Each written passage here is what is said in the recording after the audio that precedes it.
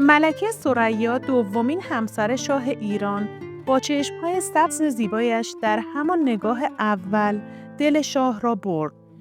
ایشون در کتاب خاطرات خود به اسم کاخ تنهایی از دوران نامزدیش با شاه ایران و لحظات جذاب و عاشقانه‌شون نوشته. قبل از شروع این داستان عاشقانه لطفاً ویدیو رو لایک کن، ما رو سابسکرایب کن و زنگوله کنارش رو فعال کن. قبل از اینکه بیام ایران، شاهدخت شمس به هم گفته بود برادرم محمد رضا مردی خجالتی، آروم و بی‌اعتماد به نفسه. دوران بچگیشو کنار پدر قدرتمندش راحت طی نکرده. شمس درباره پدرش رضا شاه گفت بعد از اینکه در ازدواج اولم با فریدون جمع که پدرم بهم تحمیل کرده بود شکست خوردم، حالا عاشق یه مرد با فرهنگ و با شعور و هوشیار شدم که از خانواده هنری و اهل موسیقیه. اما محمد رضا اوایل مخالف ازدواج ما بود و مجبور شدیم یه مدت توی قاهره زندگی کنیم و همونجا ازدواج کنیم. با این توضیحات تصویری که از محمد رضا توی ذهنم ساخته بودم اصلا با کسی که بعداً دیدم جور در نمی اومد. وقتی رسیدم ایران دم همون 15 تا پله‌ای که از پنجره هواپیما شمرده بودم سرنوشت منتظرم بود. کلی فکر توی سرم بود. همون فکرایی که یه دختر جوان قبل از بانو شدن بهش فکر میکنه. یه دفعه دیدم یه زن چاق نفس زنان اومد سمت من و گفت خوش اومدی. اون زن عمم فروغ ظفر بود. کسی که عکس من رو به شاه و ملکه مادر نشون داده بود. پشت سرش یه مرد اومد که بعداً فهمیدم دکتر ایادی پزشک مخصوص شاهه. اون روز نمیدونستم که دکتر ایادی قراره یکی از صمیمی‌ترین دوستان بشه. داخل لیموزینی که جلوی هواپیما پارک شده بود نشستم. پدرم گفت بعد از یه استراحت کوچیک و خواب فردا میری دربار. راستش چیز زیادی یادم نمیاد. تلفن زنگ خورد و گفتن ممکنه دوشیزه اسفندیاری امشب بیاد پیش ملکه مادر یه شام خودمونی ترتیب داده شده؟ برام عجیب بود چون فقط میخواستم استراحت کنم. رفتیم خونه امیر حسین خان موندیم.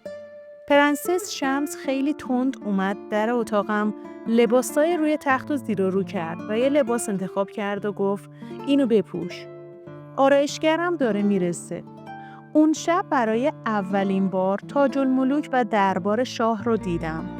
پرنسس اشرف و چند تا زن دیگه که همشون برام غریبه بودن اومدن و به روش سنتی روبوسی کردن. یهو صدای یکی از خدمه بلند شد که گفت اعلیحضرت شاه آمدن. همه از جا بلند شدن. شاه وارد شد. لباس نظامی به تن داشت مثل یه امیر ارتش. خیلی متین و با ابهت بود. برعکس چیزی که شمس گفته بود. صورتش خندان بود. اندامش متناسب بود و خیلی جوان‌تر از چیزی که فکر می‌کردم. تو اون سن و سال هر مردی احساس مسئولیت میکنه. ولی اون با یونیفرم شیکش واقعاً یه چیز دیگه بود. اعتراف میکنم دیدنش مثل یه شوک برق از تو دلم رد شد.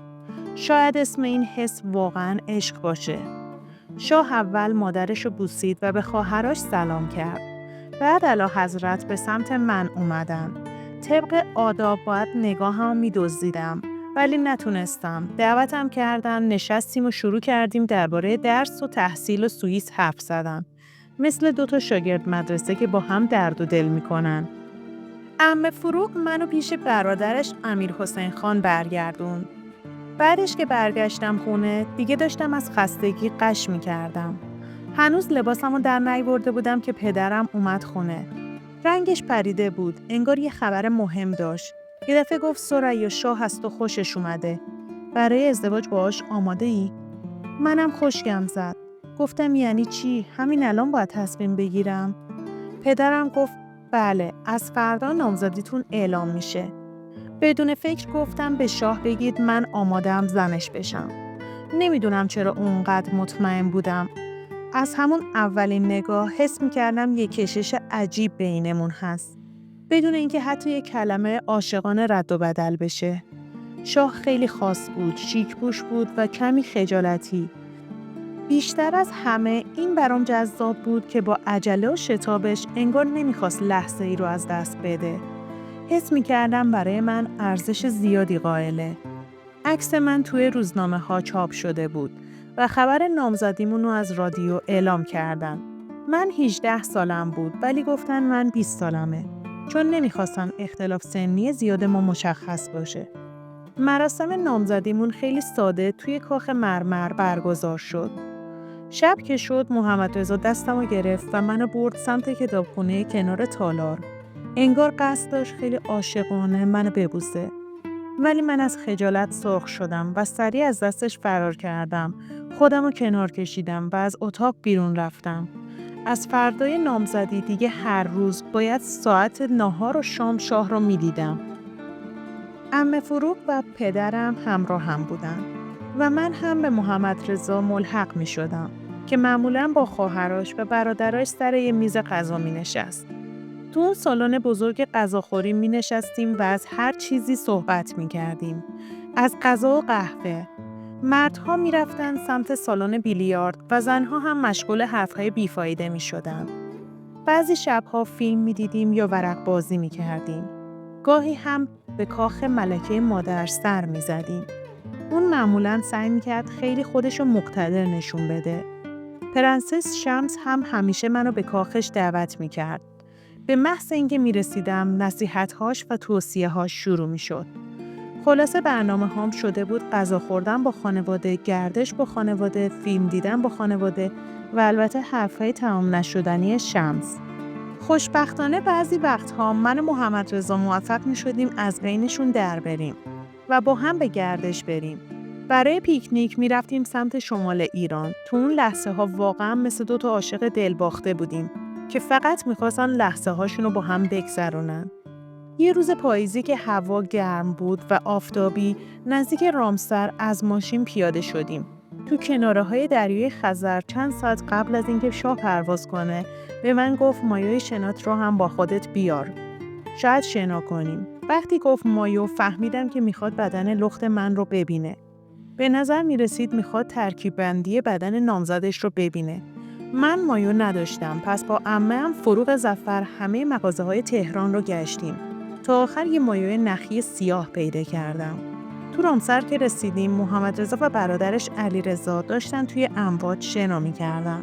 من با خجالت و کمرویی نمیدونستم چطور باید وارد آب بشم یا اصلاً چطور از آب بیام بیرون. تمام ذهنم درگیر 1000 تا فکر بود. حوله رو دور خودم پیچیدم و از آب بیرون اومدم. ولی محمدرضا تمام نگاه و فکرش روی من بود. از اینکه برای اولین بار بدن لخت منو دیده بود خیلی خجالت کشیده بودم. صورتم قرمز شده بود با اینکه او قبلا ازدواج کرده بود و شنیده بودم محمدرضا قبل از من هم معشوقه هایی داشته ولی باز هم پیش من خیلی خجالتی بود و نمیتونست کلمات عاشقانه پیدا کنه. انگار که فقط چشماش حرف میزد. چشمای قشنگی داشت به رنگ میشی سیر. بعضی وقتها جدی بود، بعضی وقتها غمگین و بعضی وقتها هم ملایم. ما عاشقانه در فکر زندگی بودیم و خیال میکردیم که تا آخر عمر کنار هم میمونیم تا لحظه مرگ.